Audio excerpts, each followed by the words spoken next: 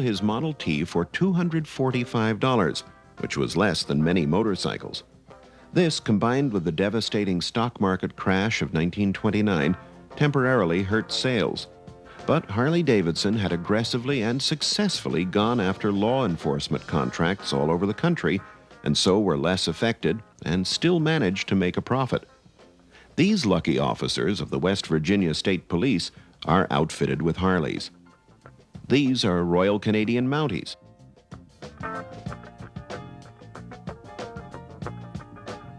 They also had contracts with Western Union and rural post offices. This is a postal stamp honoring Harley-Davidson. They also created motorcycle trucks.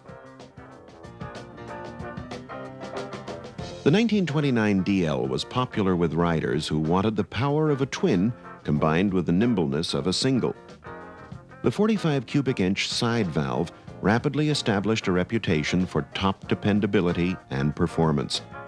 It was also the second year of the front brake.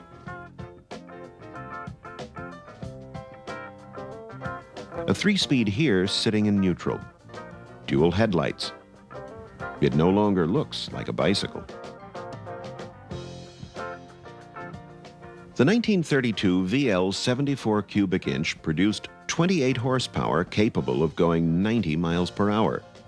It had balloon tires, knockout axles, a lower seating position, crossover brake mechanism, an air filter that looks more like a hairdryer,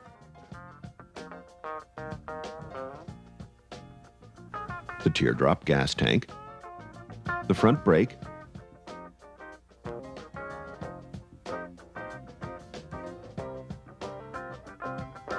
a flat horn mounted on a toolbox, and enclosed light.